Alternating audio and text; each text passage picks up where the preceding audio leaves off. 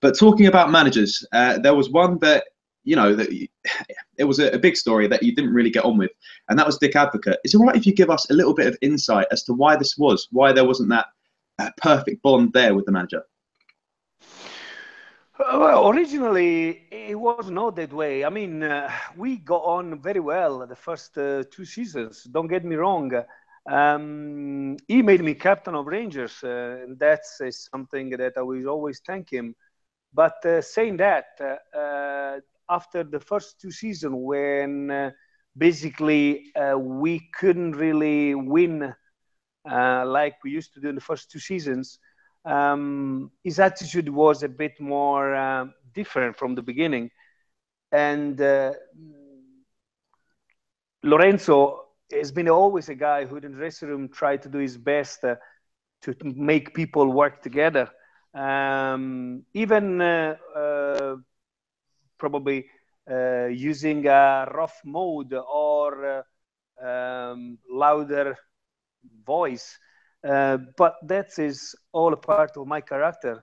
You take it or you leave it. Yes, basically, the manager, Advocaat at the time, wasn't really happy the way I was speaking with the players and with my attitude, even with the media, because I suggested at that time to be calm and concentrate on what we were doing on the pitch. And of course, to come together with the manager, because basically we weren't following what he was saying. And I went, honestly, I went in his dressing room talking genuinely and saying to him, listen, we need to come closer, because what he was doing at the time was basically leaving us in the problem and saving him from the responsibilities. And that's not the way I think a manager should behave, because the manager is the main responsible of what happened in a football club, and especially at Rangers.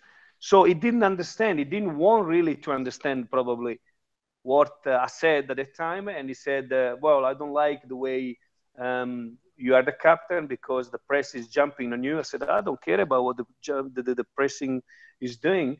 I just think about my club, my players, my teammates, and the results at the end of the game. What is all about, basically, because if you get a result, everything will get sorted for sure.